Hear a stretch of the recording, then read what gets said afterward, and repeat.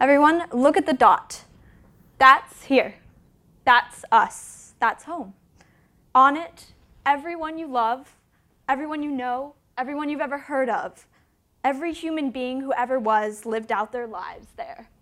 The joy, suffering, thousands of religions, ideologies, economic doctrines, even the hunters, foragers, heroes, cowards, every creator and destroyer of civilization, every king and peasant, every corrupt politician, every sinner in the history of our species lived there, on a mote of dust suspended in a sunbeam. See, the Earth is a very small stage in a vast cosmic arena. Think of all the rivers of blood spilled, the endless cruelties, misunderstandings, and all of our imagined self-importance, as if we are on some privileged position in the universe.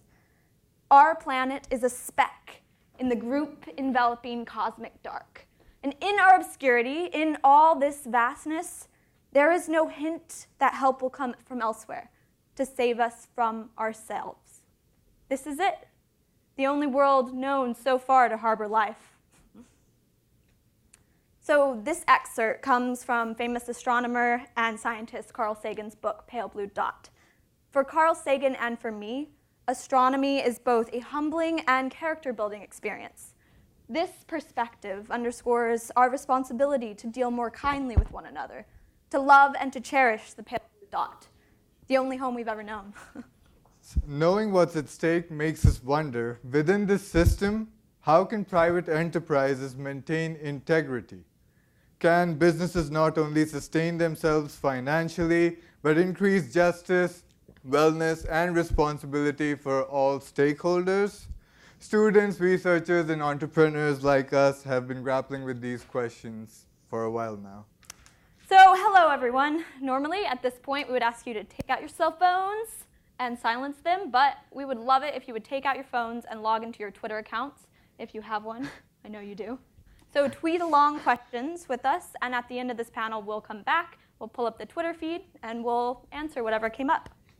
So don't forget the hashtag JustBusinessTNS. Yep. Okay, let's get going. So, hello, I'm Aditya Singh, or the Sun Lion, if you do a direct translation of my name, and I'm a student of economics at Lang. When you think about econ, one imagines complex equations and complicated terms like LIBOR rates or the labor theory of value, and economics becomes this mysterious thing that you keep around, but you think that it's important, but you don't really understand why it's there. Many fail to realize that at its core, economics is about dealing with the scarcity of resources and doing the best with what you have in the best way that you can. So what's gotten me here today is that we need to start thinking about economics a bit more personally. Economics is about maximizing satisfactions or choices, be it about consumption or production, and that sometimes leads to complications, as this satisfaction could be of an individual rather than that of a whole system.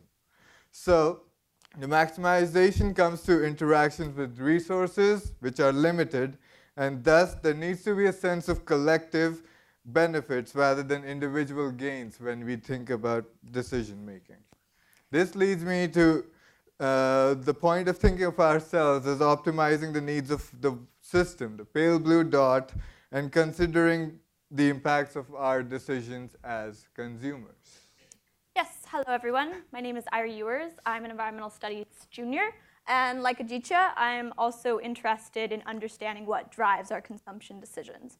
I first became interested in economics at 14 when I got my first job selling wholesale jewelry. And from then, yes, kind of young, I went to work for many other retailers, including my own stint designing clothes for a bit. So throughout the process, while I balanced creativity with profits and water usage in the dyeing process, I suddenly felt very torn.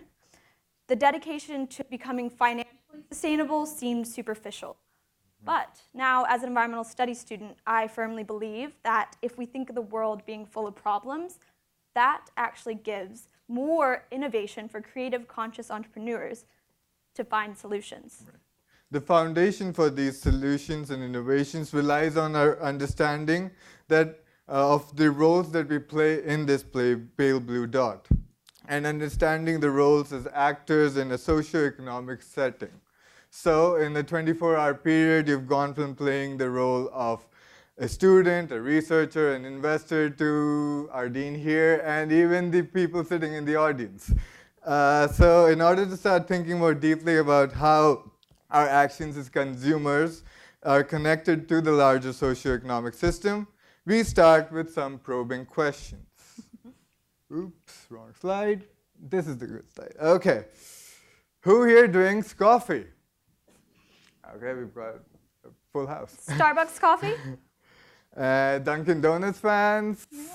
No one? No? Okay, good. What about independent mom and pop stores or smaller boutiques? Yes. Okay. Do you know where the beans come from? What about the other ingredients, like the milk? Are they organic? Can you reuse your cup, or do you get a subsidy if you do? What about the garbage? Do you know where that goes? And the production wages for the server as well as the farmer that produced the beans. Are they fair or market-based? Well, at the end of the day, these questions about why we support one business over another still involves the private sector. We're engaging with businesses here. And because of this engagement, how conscious are we of our consumption? The questions we asked aren't here to make your head spin, but it's a simple way to bring everything into perspective. If you take part in a capitalistic system in which financial sustainability involves profit making, then externalities have to occur. Externalities can be defined simply by side effects that are not usually incorporated in the cost of a service. An example would be pollution. So current trends show that consumers, just like you guys, are actually asking these questions about externalities or side effects. In fact, a 2014 study by the Nielsen Global Survey on Corporate Social Responsibility found more than half of global online consumers would pay more for products and services provided by businesses that were committed to positive social and environmental action. So this is vastly different from the very binary black and white perspective of business thought to cause social, environmental, and economic problems. So, aligned with the traditional view of business, Karl Marx highlights a separation of the worker from this capitalistic mode of production. He does so in 4 forms, and the first of which is alienation from nature, which is exactly what it sounds like. Within this capitalistic market, resource allocation and distribution rely on the private system. So through this, humans have lost our connection with nature, both physically and mentally. A good example of this is if you ask a child that comes from an urban food desert where a chicken comes from, the fact that a chicken comes from an egg is hardly fathomable. And also the fact the egg does not come in a package from the bodega down the street. Right. So Irie's example shows the difference between the source and a product. So an alienation from the product occurs when we no longer own the commodity that we make. ABC's Nightline recently revealed that it would take an iPhone manufacturer in China's Foxconn factory to save about 6 months of their income, all of it just to get one of the phones that they produce. Imagine that. The next form is actually alienation from self. So the factory situation highlights separation from person and product, but it not only separates the individual from that of their product, but also from their humanity. So separate roles and identities are formed, one that works and one that rests, which will inevitably cause identity fragmentation. For example, the people serving your coffees are identified as a server. They're identified by what they do rather than who they are. And this distinction is removed once their shift ends, but the identity alienation has already paved the way for future inequalities to rise. So the practice of private property, writes Marx, leads every man to see in other men not the realization, but the limitations of his own liberty. So with these disjointed workers that we're talking about, there exists a segmentation. For example, the difference between the CEO and the server who's getting you that coffee. If class distinction exists through this market segmentation, how can we address injustices? The 4 forms of alienation are unavoidable according to Marx, And if revolution's the only way if we want to move away from the neoliberal capitalistic system. But are they truly unavoidable? Irie will disclose there are potential avenues to improve this scenario. Woo. So while working within the confines of capitalism, there may be avenues in which the cracks of alienation can be repaired. These critiques concerning socioeconomic alienation have led to businesses embracing wider-reaching ideas of corporate social responsibility. You've probably heard of some. Right. So although without much criticism, CSR involves businesses being practiced in a more beneficial way for all of society. A business's corporate social responsibility can encompass a wide variety of tactics, from giving away a portion of the proceeds to charity to implementing greener business operations. An example of corporate social responsibility would be Toyota's Mothers of Invention campaign, which has invested over $950,000 in 19 women-led entrepreneurial endeavors. That's a lot. Shared value is another tactic to address these socioeconomic alienations.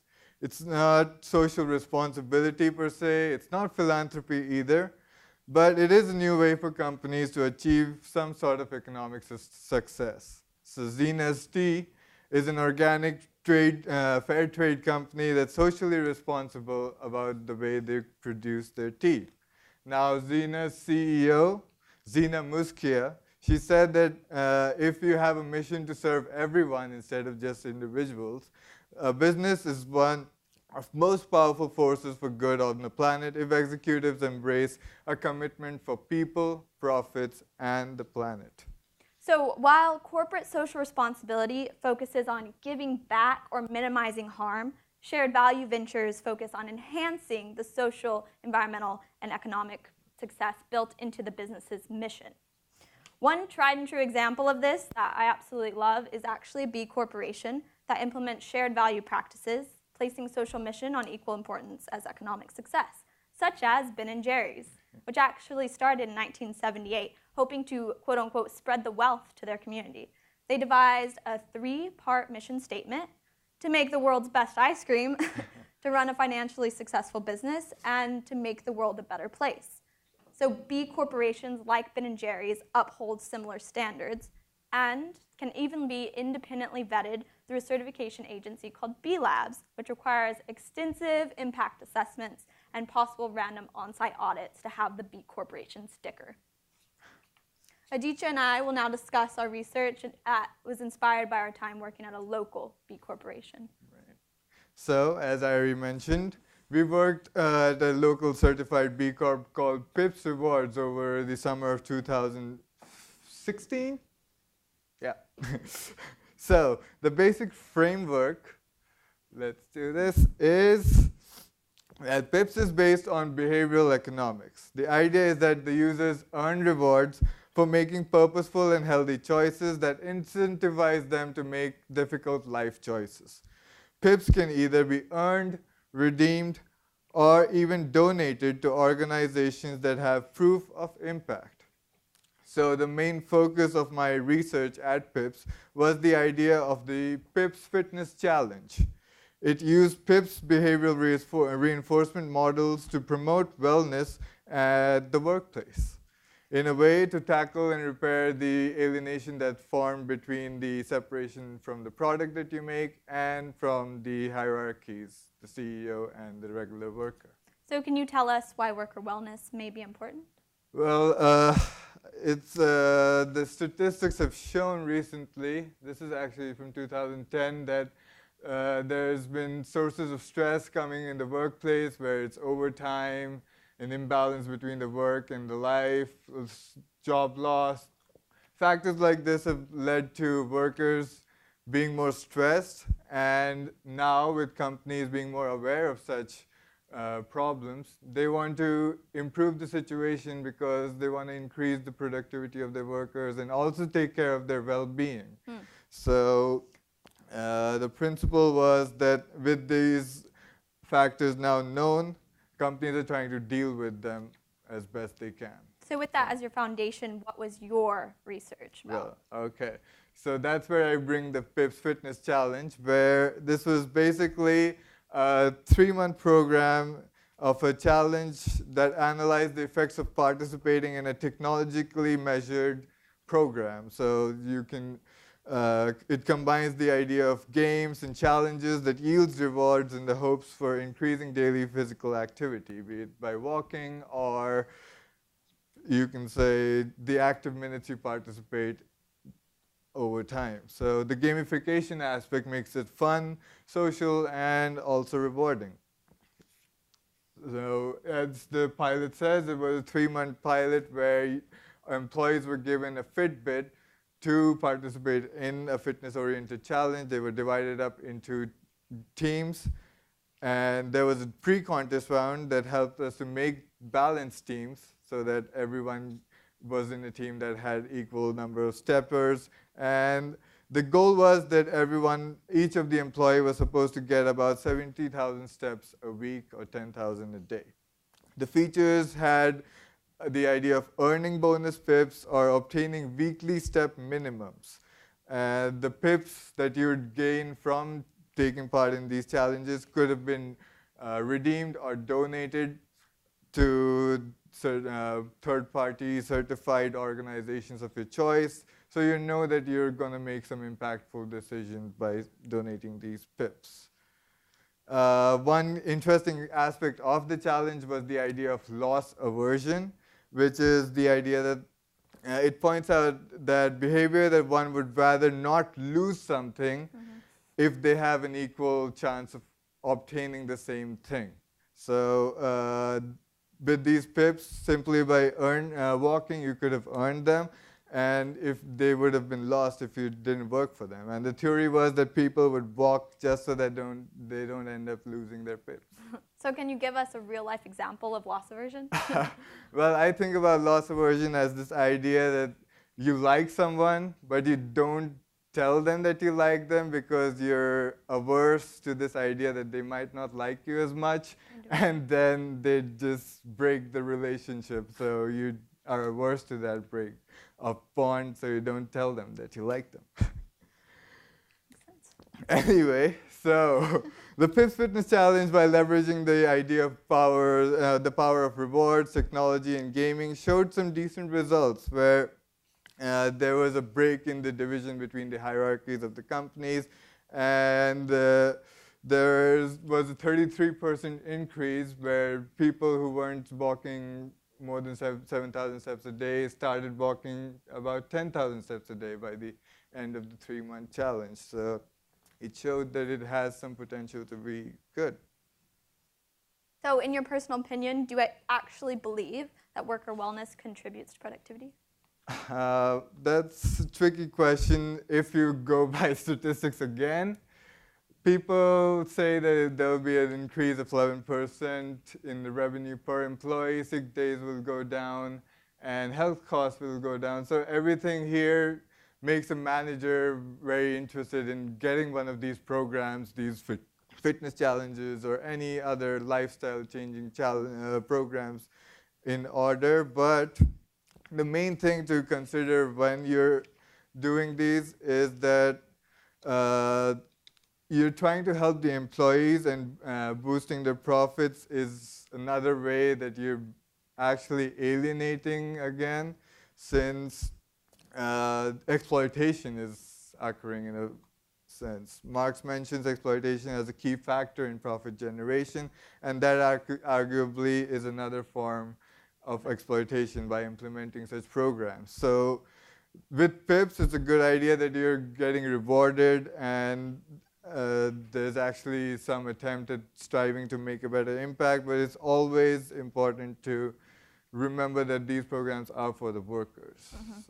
So what would be a key takeaway for us listening? So greater interactions is the main thing, where this hierarchical separation needs to go away, and employees need to feel more connected with the task at hand, and there needs to be a sense of collective and an equal share in responsibility among each party involved in the company.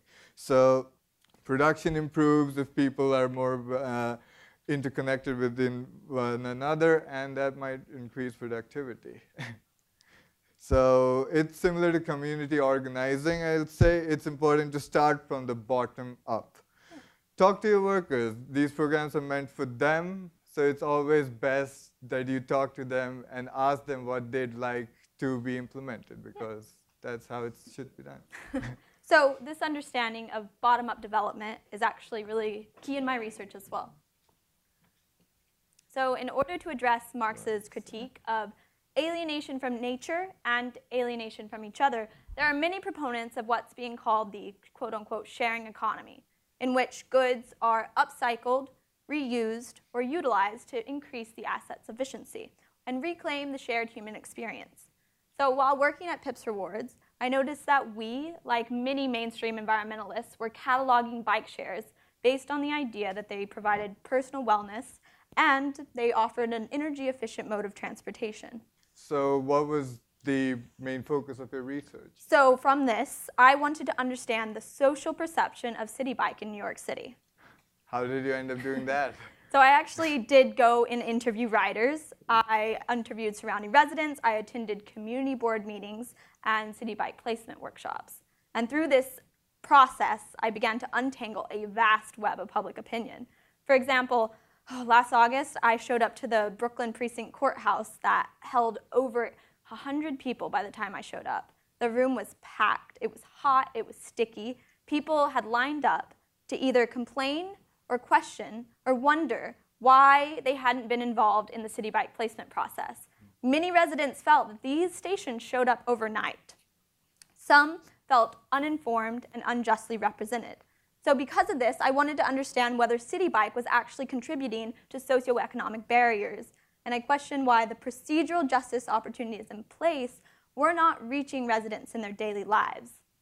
So in order to understand this phenomena, I actually did attend one of the mapping projects for the Astoria expansion. This workshop was actually set up at an elementary school after hours, but unlike the previous city bike meeting in Brooklyn, by the time I got there at 6:30, already a little late, there were 8 people in the room. So us 8 were scooted along to a little cafeteria table, and we sat down, and we were unrolled a map of the city. And one representative by the Department of Transportation and one representative from City Bike told us, all right, here's your chance. Please mark where you would love to see a city bike station, possibly by your favorite cafes, schools, works. And the key part was they told all 8 of us, please mark where you do not want to see a city bike station, possibly in your own parking spot. So this data is then presented to the community board. It's reviewed by that specific community board and then presented to the entire community like this in a final plan. However, in order to attend one of these meetings, you must already be a relatively active citizen in the know. I asked one of the workers, and they said, keep up with us on Twitter or follow your local community board. And honestly, in this room, how many of you even know your community board district? So in general, these standards are set in place, but they reflect a sort of procedural justice in a bubble. To combat this bubble, my research recommends notifying residents with respect to their culture, language, and age-appropriate means. And likewise, City Bike should work more closely with key community influencers like churches, schools, and community-developed corporations to better inform, engage, and uplift the citizens. So what's something crucial that everyone should take away from your research? Yes. So this research, unlike Pips Rewards, this research focuses on City Bike, which is a public-private partnership. So City Bike is a private enterprise. And then as part of the agreement between City Bike and City Bike's parent company, Motivate, the city allows Motivate to use the streets in exchange for a reasonably priced service. No taxpayer monies are used in the process. However, this relationship still requires discernment, especially as businesses take on more active social and environmental roles within communities. We must continue to be critical of them, requiring them to uphold their responsibilities the same way we regard public institutions. And this mindset is very crucial. Globalization in a way has made the systems thinking approach that we've been talking about very simple because of technology. Technology has made us intimately connected with each other, and you can actually track your carbon footprint, your digital footprint. It's all out there. So being aware consumers is achievable now. One way for doing that is by the use of social media. We asked you to use Twitter, and it's a great way to actually start this. So an example that you guys may have heard about recently is the uproar against Pepsi after a commercial. Citizens took their voices, they called, and then they did take to social media to offer objections to the portrayal. Right. Pepsi, because of this backlash, has apologized and revoked the commercial. Similar with United's case, they had two very bad scenarios happen in 1 week, and there was instant backlash from everyone, and they had to respond to the events that took place, and they had to take responsibility and be accountable for their actions. So you can see that us as consumers being able to talk to them, our role in the social media gives us some kind of voice where you can act out these roles of informed consumers. Companies need to comply and be more accountable for their actions. It is no longer acceptable for them to do just business just as usually. It's important to note, though, that social media activism can sometimes become an echo chamber of like-minded thoughts and beliefs. So this is simply one tool among many other methods to pressure change. Even within these B corporations, public-private partnerships, and alternative business models, there is always room for improvement. Right. We are not preaching that your $1 will make the world of difference, but we are preaching that it's important to simply understand and to be aware of where that dollar goes and how it is invested as a whole in order to keep our economic, social, and political institutions accountable, as well as ourselves. Right. So some of the ways of doing that would be to start following the companies that you actually buy products from. Know more about them, check CSR reports, campaigns, they're all out there.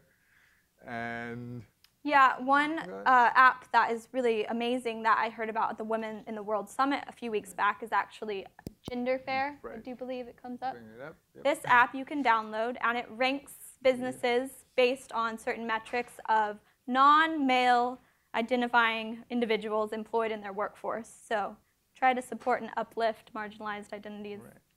Another good resource is the Good Guide, where you can just put in the name of a product, and most likely it should be there, and it will give you a metric system-based analysis of how good that product is. They've got lots of criteria on how they judge that, and it's a pretty good source to know the products that you're consuming are actually good for you, plus the environment and the community outside. Yeah, likewise, whatever products you're using, they contribute to a larger cycle outside of that product, so it's important to just know what's in your products as well. An app called Think Dirty is one where you scan your own products, and then they are rated based on chemicals and environmental toxins. I use that. So, another great tip, I guess, is this idea that you can actually just go talk to your local barista. You don't have to go download apps. No. Just go there. You visit this local store all the time. Just talk to the person handing out the coffee to you. So Linda Sorsor and Tamika Mallory, co-chairs of the Women's March, outlined 3 specific steps for us to take to become our own type of activists. And number 1, they recommended simply getting to know your neighbors, showing up to the events that you are passionate about, and then exercising your dollars as to why you would want to support these businesses. So, I'd like to bring us back to the image of the pale blue dot as we conclude the presentation and make us think about what's truly at stake here. I do so by bringing an example from my favorite book, J.D. Salinger's The Catcher in the Rye, where the protagonist, Holden Caulfield, he talks about being this alienated citizen saving children from falling off a cliff. So instead of him, I see us all in that rye field where we're not alone, but we're saving each of us from falling off, because we all have this tendency that we could fall. So with each of us grabbing hold onto nets and actively participating in the consumption that we do, there's actually some chance that we could move to a better society together, because no one can actually save us from the system better than us, the people who make the system. Yeah, ultimately in this predicament, in this capitalistic system, as active global citizens, no one will save us but ourselves. Thank you, guys. Let's get to questions. Yay. Oh, we need to pull it up. Yeah. Oh. We'll pull up Twitter. Any questions off the back? Back? No. Okay, what about you, everyone's backgrounds in this room? Where do you come from? Raise your hand if you're from a private enterprise or employed by a private enterprise. None. Oh, okay. Whoa. Businesses, private institutions. Yeah, there we go. Okay. So, yeah. About city bike. Yeah. And when it sounds like you discovered that that there was a communication failure. Yeah. When they were letting the community know about the board meetings, and you had the recommendations for being sensitive to culture and language. Yeah. And the other one. But what are the specifics of that? So with City Bike, they weren't doing a lot beforehand, before this so-called outcry of public response. They were simply putting up posters and saying, hey, come to this Astoria Queens expansion project. And that was it. And email. Email, they felt, was a great tool, but for residents that were, a median age of over 60 and of Italian heritage for certain neighborhoods, they just weren't receiving these notifications. So yeah, those were their main methods of communication. And so your recommendation would be? Yeah. What would it be? So honestly, City Bike now has even gotten a grant from the Better Bike Share Commission, I believe, and they're actually working with a couple community development corporations right now in Bed-Stuy, I do believe. And from this relationship, City Bike is actually coming in through this community development organization, where they're offering free rides on a Saturday for family members to come and just learn how to ride a bike. That is coming from a local influence, not from City Bike itself, and that makes a huge difference, especially in these communities that are a little bit more skeptical of private influence. Yeah. Oh, We can take up lovely. questions from here. Which one do you want to handle? We can do, how do we know if a business really is doing social good? That's a good question. So CSR campaigns and certified B corporations, as we've mentioned, they actually have this idea that they need to be profit-making, these companies, these certified B Corps, while still being able to manage social and environmental issues. So that's a good way to look up these companies. They provide great reports. PIPS Rewards, as I mentioned, they also have a third-party certified impact criteria. So you can actually go check the site out, and they actually tell you that this company is doing these particular socially responsible behaviors that are not just profit-making, but also good for the community outside. And I think how to know business is doing social good is the question of our generation to find out and answer, because as it stands right now, there aren't enough metric systems and independent vetting systems out there. Even corporate social responsibility, there's no worldwide metric system rating what is good, how is that helping the communities. And there's a term that once you get into this, it's called greenwashing, where companies know that conscious consumers are out there, and they're going to play that up, and they're going to sell you products that are green or natural or fair wage, but there's no standard set in place to truly understand what that is until you go and do your own independent research. I think Nestle had a fair wage program that they unrolled in about 2000s, and it just did not work because it was an attempt for a legacy corporation to compete with fair trade coffee. So that one is very hard.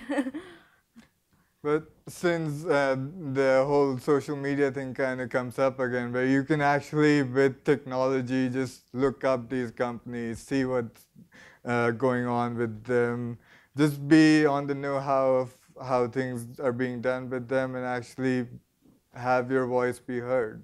And it's also important to ask people that work for these companies. Some of them, some of these beautiful shared value ventures, like Warby Parker, have amazing reviews from the people that work there, because you don't work for a company just to make that dollar. You're actually invested all of your identities in their mission. So like Warby Parker, for every glass they sell, they actually reinvest in micro entrepreneurs. People that work for that company, honestly, they love the service that they're providing, and it's a personal relationship. I think that's the key point to start, especially when you start talking about abstract concepts of corporate social good and all of these metrics. Do they enjoy working for them at the end of the day? Right. Yeah. So we are gonna. Thank you. Yeah, this is really fascinating. I'm trying to formulate a question dealing with alienation. It's very interesting that you frame this in the context of alienation. One, two, three, four. Most of the rhetoric of corporate social responsibility is not about that at all. Right? So I guess I'm wondering. 1, 2, 3, 4, 5, 6, 7, 8, 9, 10. Okay. All right, I'm wondering about counting to 10. Wondering about how you see this contributing to the reduction in alienation, because you posited alienation as a problem, as an inherent aspect of capitalism, the way it's presented here. And there's the implication that alienation will somehow be reduced through this participation in these various kinds of metrics-based, ratings-based information economies. Do you see this as just an amelioration of alienation? So sort of, giving a little bit of a little velvet glove to the iron fist, or do you see this as somehow potentially transformative of capitalism in such a way that it actually changes what it's about? Yeah. Well, so that's a huge question to answer. So through my studies, I actually ran into a professor at the University of Wisconsin, Eric Olin Wright, I do believe. And all of his research is focused on the idea of, okay, so let's take this capitalistic system. Let's actually understand the implications of alienation and what's happening, and then realistically, let's combat it in the best ways possible for these entrepreneurs that do want to make a living.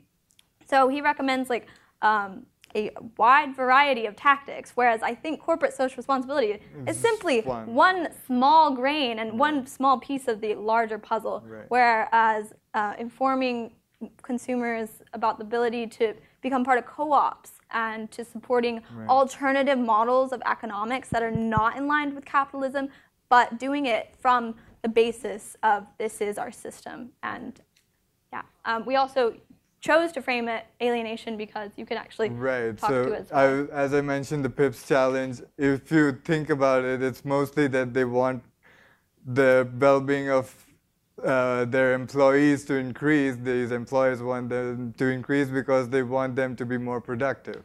And this productiveness would lead into more profit. So that's a very problematic aspect of these lifestyle change programs.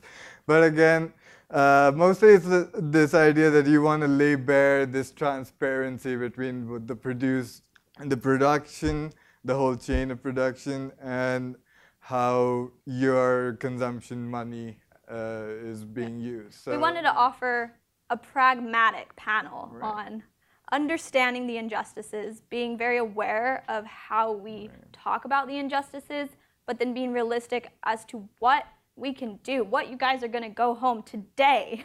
How can we make changes to the overall picture of alienation? And that's what's hard, and that's what I feel like a lot of people get a little complacent of, because it gets so overwhelming. You're just like, it's all so bad, I don't know where to start. So this is where we're going to start. I mean, just talking about this issue with others, it's not simply that I buy organic, then I'm better than everyone else will help cure the issue in a way. But it's more than that. It's just engaging in conversations like these, talking more about them. Maybe that will help a bit. The public transit system is also very interesting because a lot of cities are now transitioning toward more public-private partnerships, not just for transportation, but for our energy and for our water. So then it becomes an issue as to, okay, this is a good thing because of monetary investment, possibly taking some weight and burden off of the city and your tax monies, but then like within my research, if that's going to be the norm, how do we keep these institutions accountable and not let it overwhelm? I don't know. Mm-hmm. Plus, if you want the whole system to change to a more public transportation industry, I guess, you really need to make the sector really effective, because I have to take the LIRR, the bus, the train, and if they're all taking too long, there's so many issues going on with them. There's signal issues every second day. There's this happening or that. So it's really important that you actually have a system that works if you want people to change from driving or anything to switching to some or autonomous cars. Yeah. That's farther away, I guess. But the practice is beginning, I mean. So. Any others? Yeah? That question on the bottom, I'm interested in your answer. What was the employees' feedback? Oh. The employees' feedback from the fitness challenge. So there was a variety of responses. We had a survey question handed out to them by the end of the participation. So people were given out Fitbits in the beginning. They liked that aspect.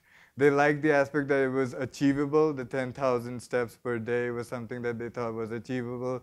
And they also liked that they could form teams with someone besides their own group. So it's not like all the HR people would be in one group or all the accountants would be in one group. You'd actually get to know other people by being in groups and participating together. So they liked aspects like that.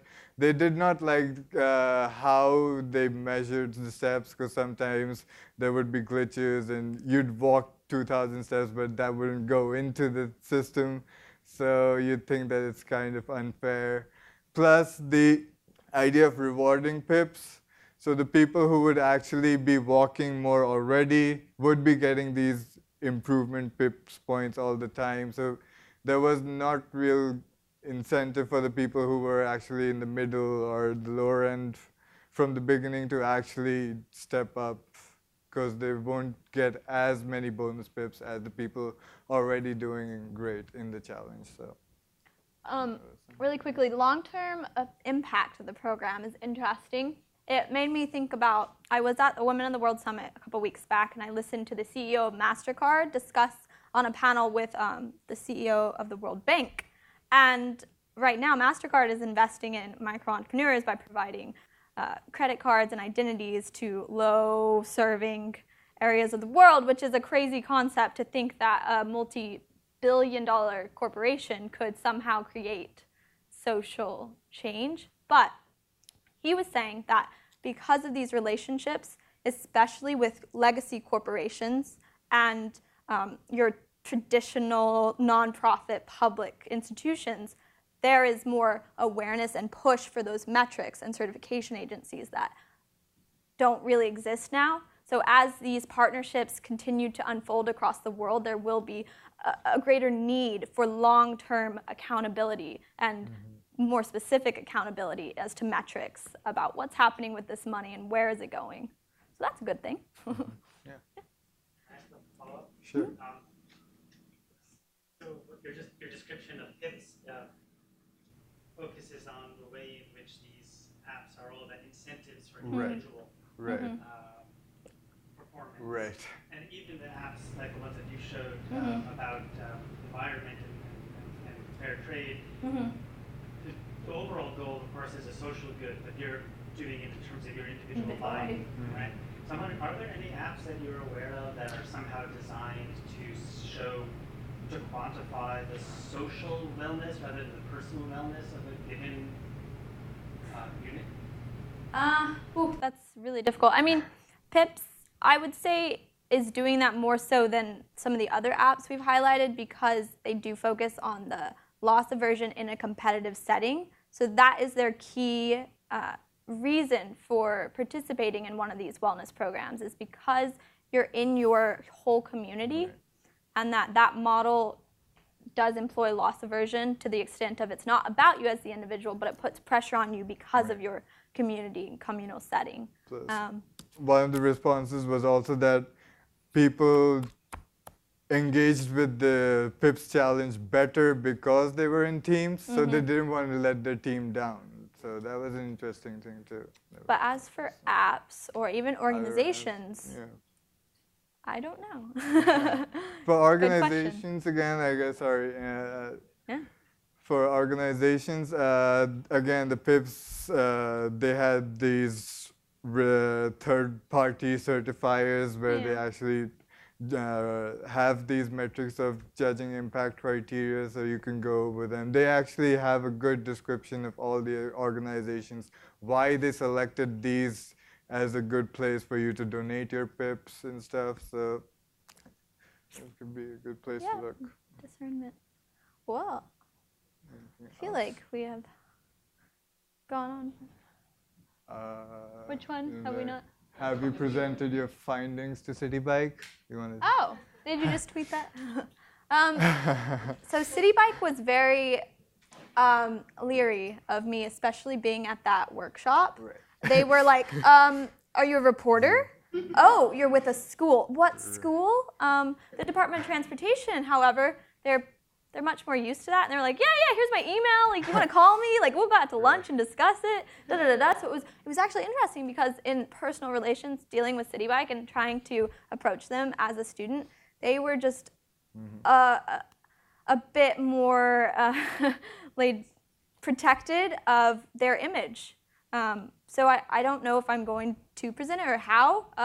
Anyone else out there that knows what to do with research, it would be lovely. But I feel like City Bikes, the feedback is, from my research, is similar to other voices and concerns about similar programs for transportation. And this is not one singular phenomenon happening in New York City. This is procedural justice versus representative justice in all of these transportation issues. So yeah, maybe. Okay. All right. Thanks. Thank you. Woo! Thanks. Thank you, everyone, for coming. Thank you. Yeah. Have a nice day.